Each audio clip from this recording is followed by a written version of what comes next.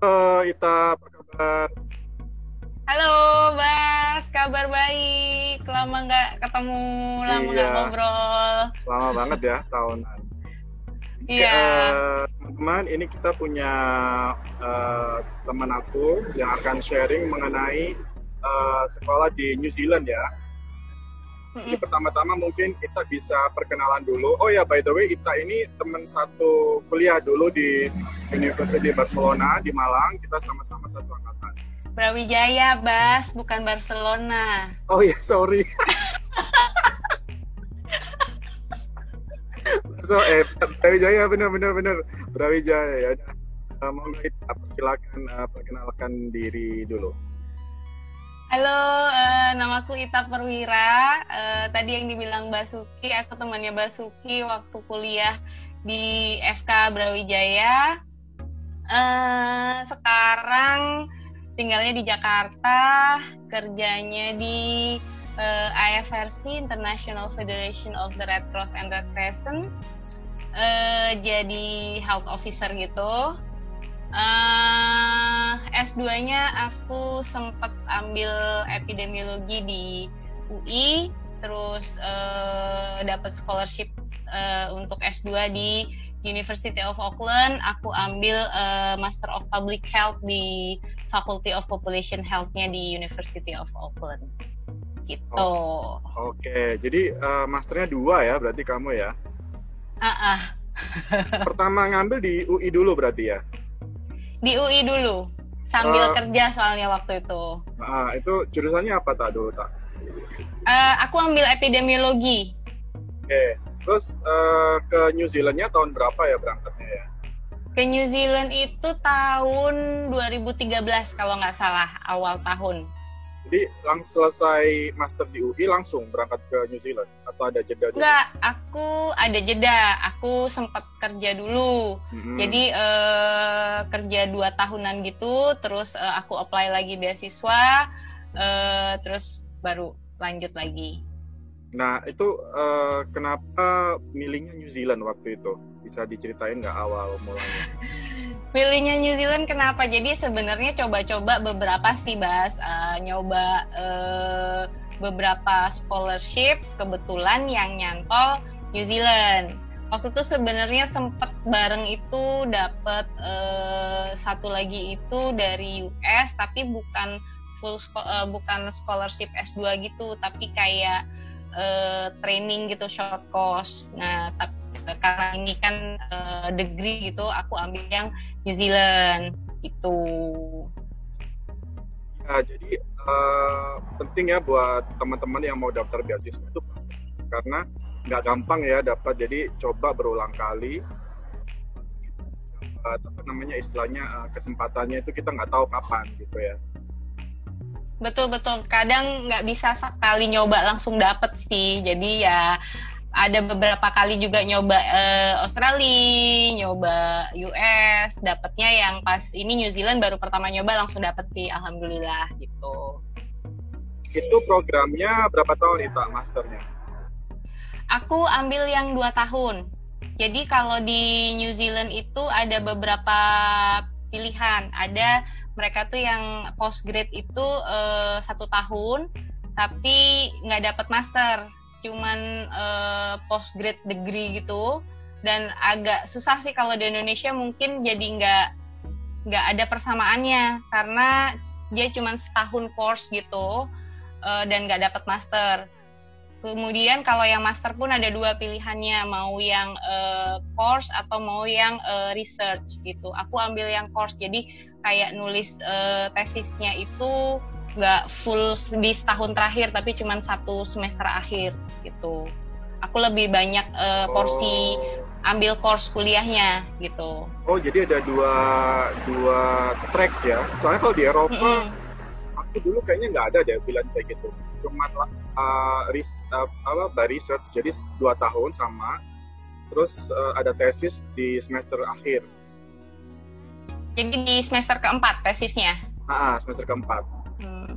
Kalau di Auckland kemarin ada yang bisa ambil tesisnya di semester keempat, ada yang kalau full research itu di semester ketiga itu dia udah mulai riset gitu. Oh, jadi perbedaannya di situ. Perbedaannya yang satu banyak kuliahnya, yang satu lebih ke research-nya gitu ya. Iya, di Tapi, SKS-nya nanti jumlah gitu. itunya, jumlah SKS course-nya yang beda. Oke. Bisa diceritain nggak dulu persiapan waktu apply New Zealand Scholarship itu apa aja sih, Tak, menurut kamu yang penting? Kalau aku dulu kebetulan memang New Zealand itu nggak sepopuler Australia dan US dan mungkin Eropa ya. Jadi aku ambil kesempatan itu. Sebenarnya yang dibuka juga kalau nggak salah waktu itu nggak terlalu banyak, tapi karena juga yang apply mungkin nggak terlalu banyak. Dan mungkin kalau aku sih perkiraanku ya, karena pengalaman kerja dan kebetulan aku memang banyak waktu itu lagi kerja di wilayah Indonesia Timur di Papua. Jadi aku nggak tahu, mungkin itu salah satunya ya. Dan ya kita mesti pilih dan lihat sih biasanya jurusan-jurusan apa yang biasanya kan kalau kayak gitu mereka tertarik untuk yang banyak yang community development, yang kayak gitu-gitu jurusan-jurusan semacam itu. Mungkin itu jadi salah satu pertimbangan. Terus nggak tahu ya, kalau kemarin pengalamanku tuh aku ngobrol-ngobrol sama teman-teman itu beda-beda alurnya. Jadi ada beberapa teman itu yang kemudian setelah aplikasi kemudian dapat panggilan untuk interview. Ada yang harus datang langsung, harus interview ketemu gitu. Ada yang bisa by phone.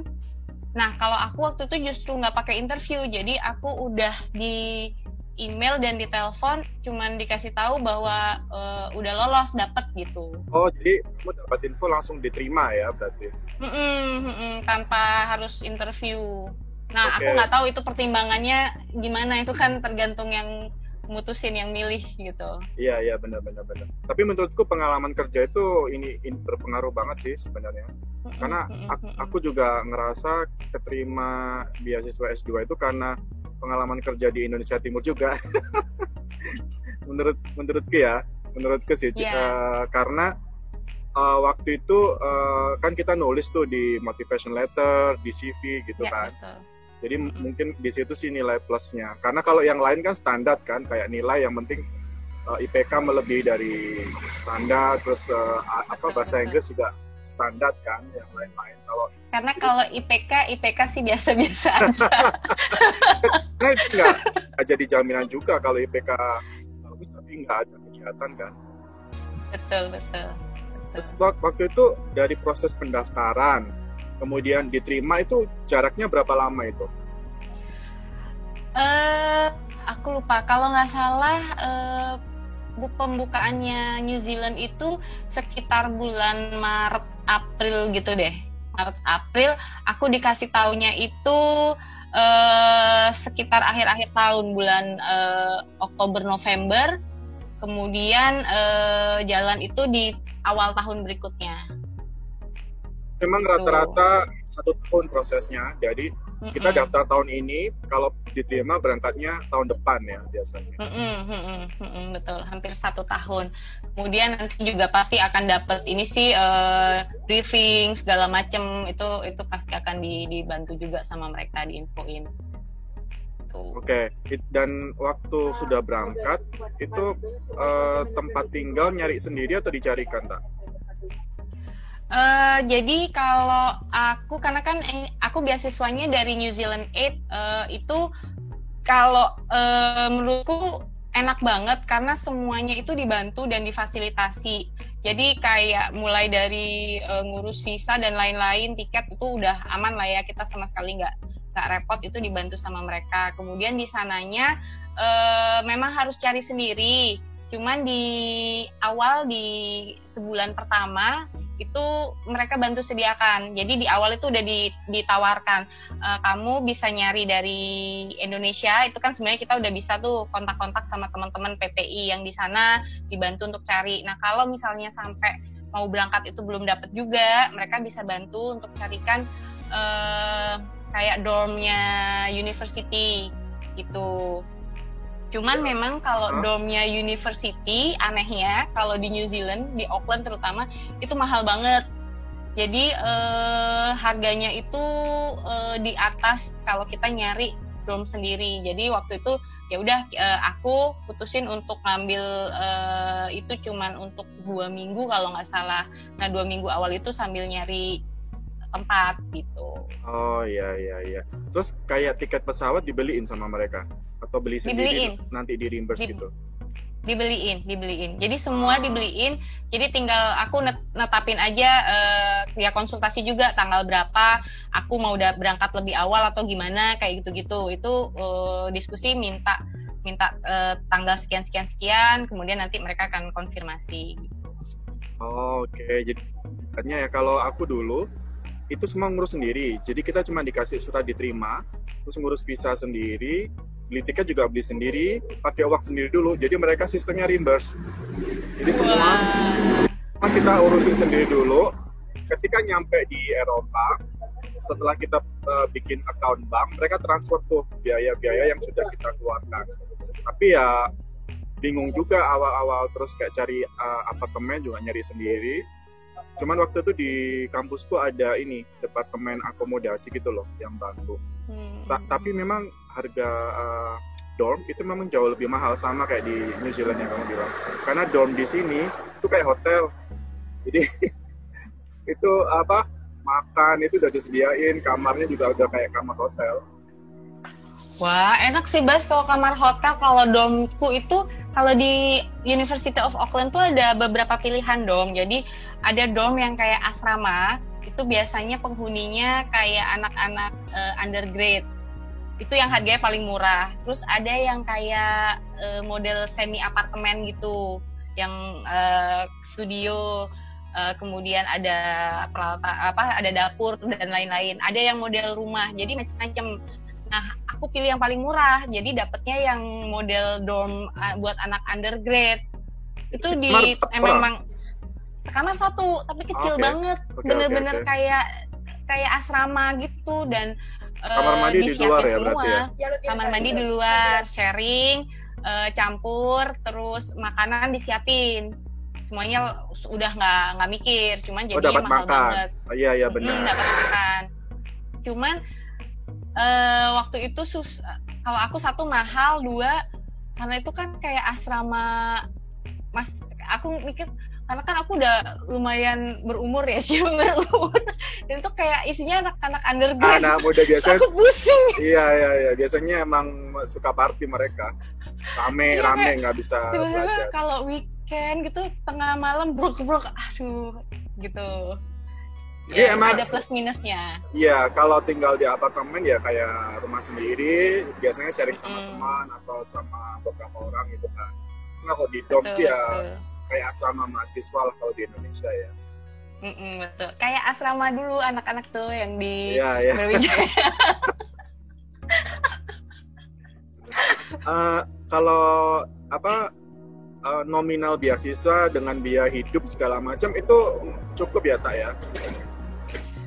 Cukup. Kalau di aku cukup. Cuman gini, karena kan aku kan milihnya di Auckland. Auckland itu kan kayak kota besar. Kota besarnya lah ya, kan ibu kotanya di Wellington, tapi kayak Auckland ibu kotanya di Wellington, tapi Auckland itu termasuk kota besarnya di sana, dan biaya hidup mahal, Bas. Iya, apalagi jadi New Zealand yang mahal. Betul, New Zealand itu mahal, dan aku di kota besar gitu, jadi mahal. Jadi cukup aja. Tapi kalau misalnya dibanding kayak teman-teman yang misalnya kuliahnya di Palmerston North gitu, kebutuhannya jauh, mungkin savingnya bisa jauh lebih banyak gitu. Kayak kalau aku dengan harga yang sama, aku dapatnya apartemen kecil. Kalau di Palmerston North dapatnya rumah gitu. Di besar ya. Ya gitu sih. Dan jumlahnya sama, nggak disesuaikan dengan biaya hidup di kota masing-masing gitu. Oh gitu, ya. Terus kalau pelajar kayak scholarship gini, boleh bekerja nggak sih di New Zealand? Boleh. Jadi ada batas. Jadi kalau nggak salah itu maksimal 20 jam apa ya, aku lupa deh. Jadi kalau untuk yang S2 ada maksimal berapa jam, kalau S3 lebih banyak jamnya, boleh. Tapi lapangan kerjanya juga ada, maksudnya mereka banyak yang nyari part time student gitu nggak? Lumayan banyak kok. Jadi teman-temanku banyak juga yang part time ya di restoran, jadi waitress, cleaning, atau di kayak NGO kadang, atau sebenarnya kalau di kampus kalau rajin nyari juga bisa dapat gitu. Kayak waktu itu aku sempat dapat itu bantu, jadi ada study group gitu, dari guru-guru Indonesia datang, nah mereka butuh translator gitu, itu untuk seminggu. Nah itu aku bisa bantu. Atau misalnya ada yang riset apa gitu tentang Indonesia, butuh translator lagi gitu. Atau bantu taking note buat teman-teman yang disable gitu. Oh, oke. Kayak gitu. Soalnya kalau di Eropa itu tergantung negaranya. Jadi kayak Jerman, Prancis, Inggris gitu banyak ya part time. Tapi kalau di Spanyol itu dikit, karena yang full time aja penganggurannya banyak gitu. Jadi part time tuh kurang ada peminatnya lah. Jadi emang susah nyari kerjaannya. Tapi kalau nyari-nyari pun tetap ada sih biasanya. Tapi mungkin ya balik lagi tergantung daerahnya juga kali ya, Bas. Kalau kayak di kota-kota kecil mungkin juga jadi agak susah ya. Bisa jadi. Karena aku mungkin di Auckland ya kan. Jadi tergantung daerah sama tergantung kitanya milih-milih nggak gitu. Benar. Okay. Yang paling bagus sih kalau pengalamanku ya kalau dapat di kampus, karena itu rate-nya bagus gitu. Kalau di luar kan ya kayak waitress, kayak cleaning gitu ya rate-nya ya standar lah gitu. Oke. Selama tinggal di New Zealand nih, pernah ada kejadian yang nggak ngenakin nggak? Misalkan kayak diskriminasi, rasisme gitu, tak bisa ceritakan? Kalau dari pengalamanku sih nggak ada ya, yang aku alami sendiri tuh nggak ada sih. Mereka cukup open minded ya. Apalagi di kota besar biasanya imigrannya juga banyak kan kalau di kota besar. Ya betul imigrannya cukup banyak. Jadi ya ini sih sangat-sangat mix ya culture-nya. Banyak orang Asia, banyak yang dari Afrika juga ada, macam-macam. Dari Pasifik ya pasti banyak. Cuman mungkin di sana tuh kan aman banget gitu loh, kayak itu bener. Kayak nyaman banget gitu loh. Cuman memang waktu itu tuh aku ngerasa mulai agak bergeser di tahun terakhir itu, ya masih aman banget, cuman mungkin agak beda aja dari yang awal aku datang sama yang akhir itu. Kayak homeless mungkin beberapa makin banyak kayak gitu-gitu loh. Tuh. Terus yang agak shocking yang terakhir kemarin sih, yang ada penembakan dan lain-lain, itu benar-benar shocking. Yang teroris itu berarti benar-benar ini ya, jarang, maksudnya itu di luar dugaan banget ya di New Zealand. Di luar dugaan banget. Oke. Terus selama kuliah di sana itu menurut kamu nih beban atau kendala yang paling besar kuliah di New Zealand itu apa? Apa kuliahnya itu banyak tugasnya itu gila, atau dosennya itu benar-benar ngasih nilainya pelit, atau apa? Bisa sharing sedikit nggak? Kalau aku standar ya Bas, bahasa itu pertama pasti kendala. Cuman kalau di beasiswaku di kita tuh dikasih jatah juga untuk bantu kendala itu, kayak untuk proofread itu kita dapat jatah, jadi itu ngebantu banget. Tugas-tugas ya biasalah kita beda banget sama kalau di Indonesia, karena kan aku juga ngerasain kuliah S2 juga di Indonesia gitu, itu beda banget sih caranya. Jadi kayak kalau di sana kan udah ada kurikulumnya, jadi kalau misalnya kuliah hari ini bahan bacaannya ini diskusinya ini ya, kalau kita nggak baca sama sekali ya kayak orang bego gitu. Jadi emang harus baca gitu, jadi harus baca supaya nyambung diskusinya. Dan menarik karena teman-teman sekelasku itu cukup bervariasi. Jadi ada yang benar-benar fresh grade, ada yang benar-benar experience nurse udah puluhan tahun gitu. Jadi kayak diskusinya itu kayak aku dapat dari insight dari beda-beda pandangan. Kemudian banyak juga teman-teman dari Pasifik, kemudian banyak juga yang dari luar. Jadi kayak cukup menarik sih kalau menurutku. Agak nggak enaknya di waktu itu cuman karena jurusanku sih. Jadi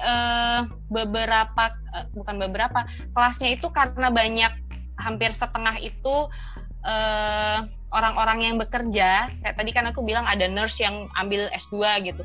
Jadi mereka tuh kayak memampatkan jadwal kuliah. Misalnya kuliah health economic gitu. Health economic itu harusnya seminggu sekali. Itu jadi kayak seminggu itu 1 hari itu full health economic tok gitu. Nah, minggu-minggu berikutnya aku kosong, tapi kayak ada tugas gitu. Jadi harus benar-benar untuk mengakomodir itu. Jadi aku cukup banyak waktu luang, dan waktu itu aku bisa nyambi beberapa kerja, sama ya sisanya ya udah buat ngerjain tugas ke library kayak gitu-gitu, atau volunteers ngapain gitu. Oke, Tak, ini karena masalah waktu, terakhir ya, tips and trick untuk mendapatkan beasiswa New Zealand nih, apa nih, bisa sharing nggak? Tips and trick, kalau menurut aku ya itu tadi sih, pengalaman kerja itu menurut aku nilai poin lebih, dan gimana caranya kamu bisa menjual itu. Jadi kayak pekerjaanmu sebelumnya itu bermanfaat nggak gitu, dan kemudian nanti dengan sekolah ini nanti planning ke depannya mau ngapain. Biasanya kan mereka itu akan kayak yang beasiswaku tuh, aku wajib balik ke Indonesia. Jadi nggak boleh, kalau aku stay di sana aku akan kena penalti dan harus ngembaliin semua uang beasiswa itu. Jadi aku baru boleh balik ke sana setelah 2 tahun balik ke Indonesia. Jadi memang mereka itu expect untuk kita balik ke Indonesia dan kayak mengabdikan ilmunya ke gitu. Negara masing-masing. Nah jadi mungkin itu sih di motivation letter itu penting banget menurut aku. Apa rencana kamu, apa yang sekolah ini kenapa berguna untuk kamu, untuk negaramu, kayak gitu. Oke. Ini informasinya berguna sekali nih. Mudah-mudahan teman-teman yang mau coba apply scholarship bisa mendapatkan manfaat dari bincang-bincang kita ya. Terima kasih ya Eta ya waktunya. Oke, sama-sama Bas. Oke. Bye. Bye.